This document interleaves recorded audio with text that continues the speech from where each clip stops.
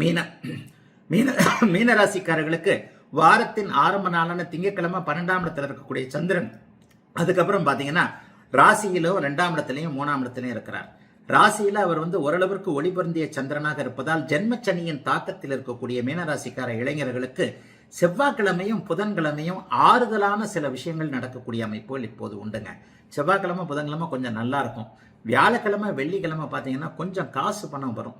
இது வரைக்கும் நிறுத்தி வைக்கப்பட்டிருக்கிற பணம், எங்கேயாவது ஏமாந்த பணம், ஷேர் மார்க்கெட்டில் அப்படி இப்படி போட்டிருக்கிறாங்க, கொஞ்சம் ஏதோ வர்ற மாதிரி தெரியுது. இந்த மாதிரி வியாழக்கிழமை வெள்ளிக்கிழமை கொஞ்சம் ஓரளவுக்கு நல்லா இருக்கக்கூடிய அமைப்புகள் பண விவகாரத்தில் இருக்குதுங்க.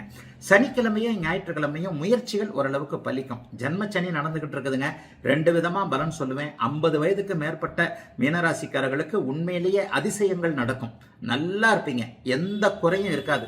ஆனா 50 வயசுக்கு கீழே இருக்கிறவங்களுக்கு, குறிப்பாக இப்போது உத்திரட்டாதி நட்சத்திரத்தில் இருக்கிறவங்களுக்கு மனக்குழப்பம் இருக்கு.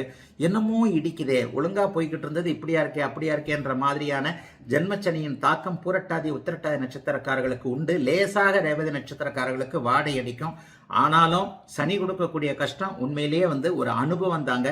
பெரிய கஷ்ட நஷ்டம்லாம் வந்துடாது. ஏன்னா மீனராசிக்காரன் அடுத்தவங்களை ஏமாத்தாத ஒரு நல்ல இரக்கமுள்ள ஒரு நல்ல மனிதனாக மீனராசிக்காரர்கள் இருப்பீர்கள்.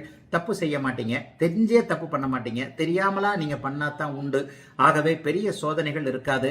பணவரவு, முயற்சிகள் பலித்தல் என்பது இந்த வாரத்துல செவ்வாய்க்கிழமைக்கு மேல இருக்கக்கூடிய அமைப்பு.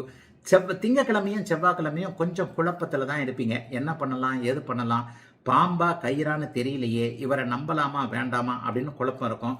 நண்பர்களை நம்ப வேண்டாம், சொந்தக்காரங்களை நம்ப வேண்டாம்.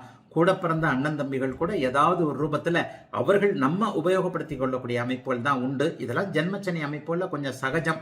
ஆயினும் பரம்பொருளின் கருணை உங்களுக்கு இருப்பதால் பெரிய கஷ்ட நஷ்டங்கள் எதுவும் வந்துவிடாத இயல்பான சந்திராஷ்டமம் இல்லாத நல்ல வாரம் தாங்க இந்த வாரம்.